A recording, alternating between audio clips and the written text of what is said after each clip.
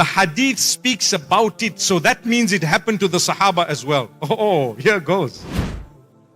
If you're unsure in prayer whether it's the third or fourth Rakat, Mufti Menk advises assuming the lesser number. You know, I want to speak about something very interesting before I end. Sometimes we struggle and we suffer with doubts. With doubts. And Allah tells us, do not doubt. Allah tells us, do not doubt. We struggle and we suffer with doubt. For whatever weakness there may be within us, sometimes doubt. Let me give you an example of a person who is perhaps doing wudu. Wudu is the washing before you pray, or even in the prayer. Let's talk, instead of wudu, let's talk about the prayer, okay? So I started Allahu Akbar and I'm praying. And I know I'm supposed to make 4 units for dhuhr, right or wrong? 4 units, okay?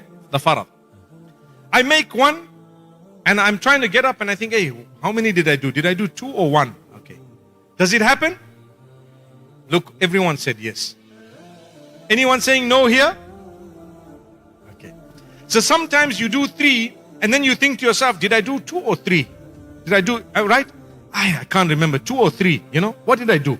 And sometimes you finish your salah, the 4 are done, but you're still thinking, am I on the 3rd one or am I on the 4th one?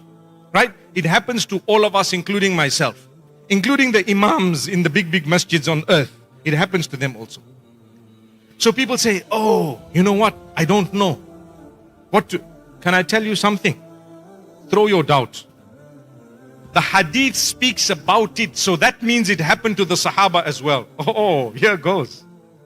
The Hadith says, إِذَا صَلَّى أَحَدُكُمْ فَلَمْ يَدْرِ أَوَاحِدَةً صَلَّى أَمْ اثْنَتَيْنِ. It's saying when any one of you prays and you don't remember whether you made 1 or 2, then this is what you should do. Oh, that means it happened already to people before me who were better than me. Don't become depressed and despondent. What do?